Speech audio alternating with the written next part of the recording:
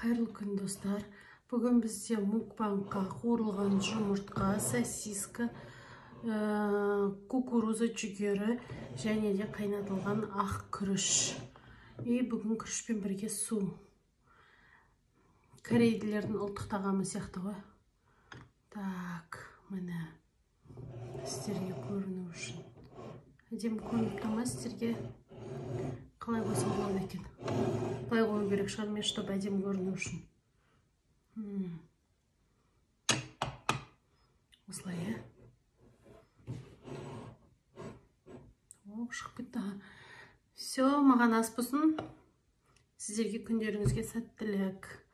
Бисмиллах.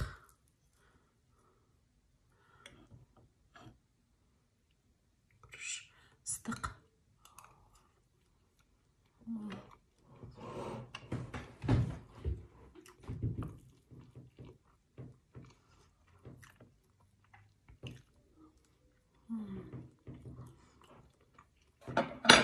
Вилкамен жейін, кукуруза.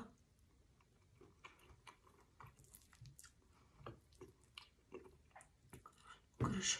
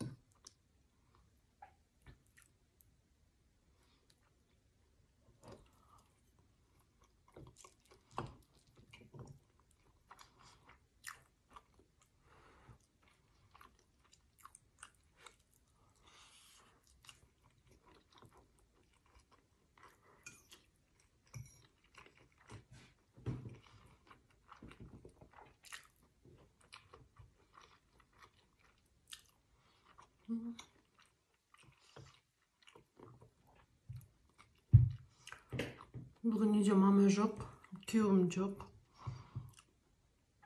Өзім ғана сонымен мукбанг түсіріп жатырмын.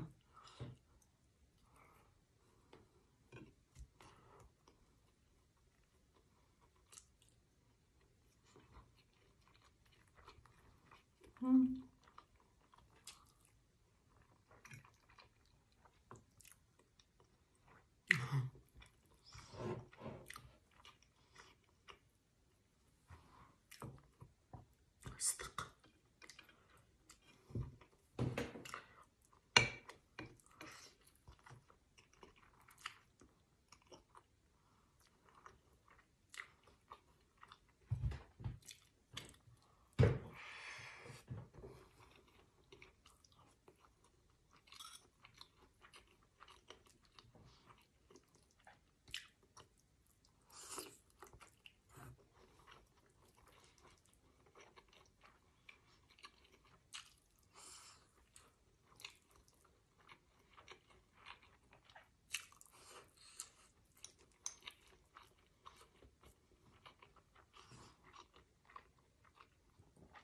Бу шығып жатыр ма сервистік?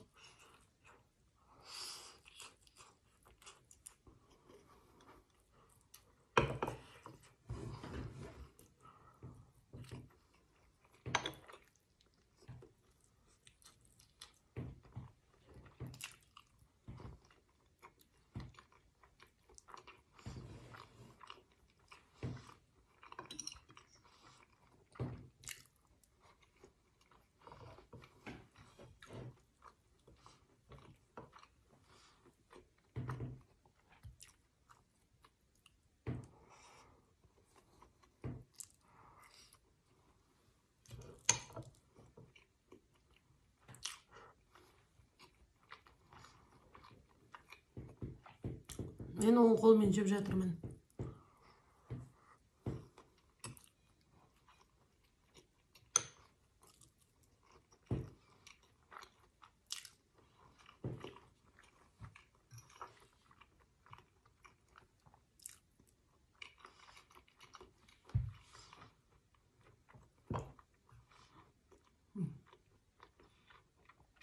Сосиска.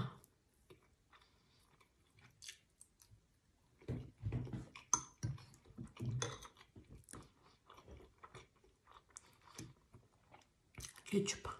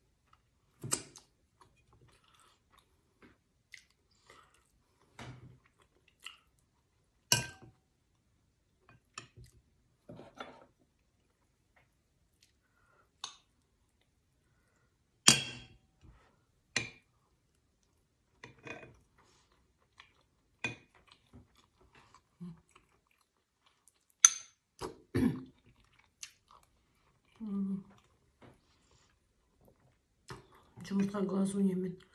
Мен жұмыртқаның сарысы таза піссе жей алмаймын. Ұнамайды маған. Маған осылай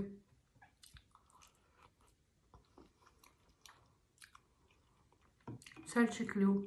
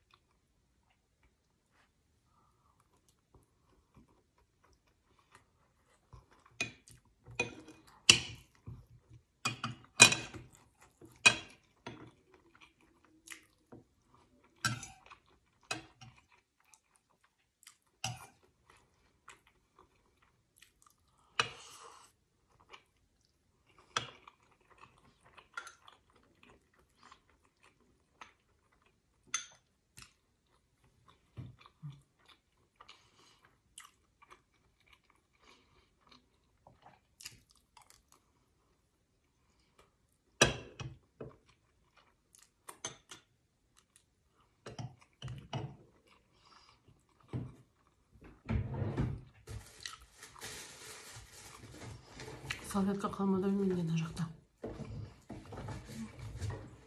Жоқ бар екен. Осы каждый салфетканы алдын ала дайындап қоямын деймін да. Бірақ ұмытып кетемін. Бүгін бізде осындай тамақ болды. Қараңыздар қаншасын жедім. Жақсы жедім негізі. Негізі күріш тойдырады ғой адамды. Енді бүгін целый день тек қана су ішемін. И бүгінгі күнім осы тамақпен болды. Су.